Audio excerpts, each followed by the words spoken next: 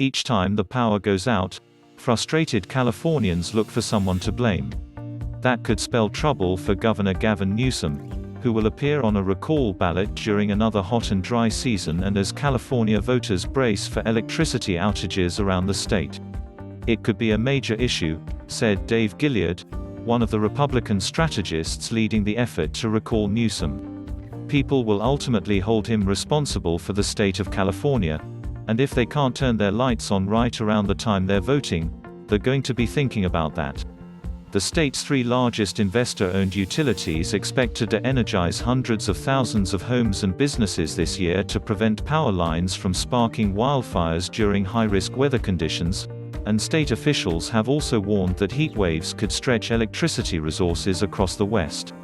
The problems aren't new for California or Newsom, who has pushed his administration to offset the potential effects on the public and pointed to climate change and mismanagement of Pacific Gas and Electric Co.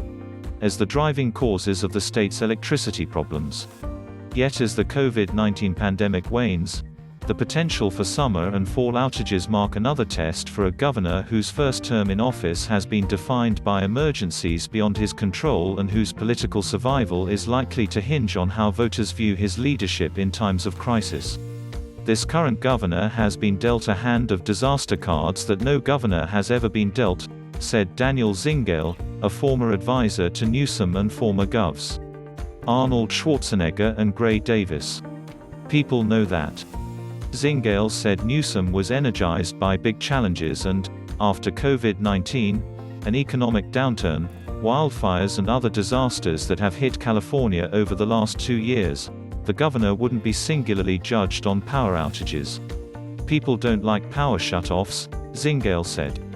Having said that, most people understand that, when it's necessary, a power shutoff is preferable to a wildfire. In this case, we know we're going into a very rough summer of drought and bad conditions. So-called public safety power shutoffs have become common practice in California to prevent disaster as climate change drives record-setting wildfire seasons.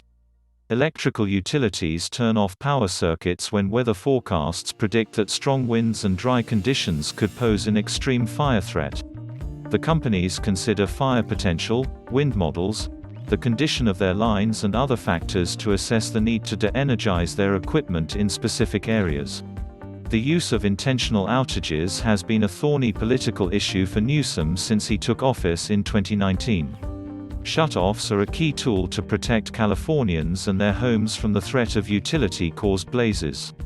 But the practice creates other risks to public safety and problems for people who rely on electricity for medical needs.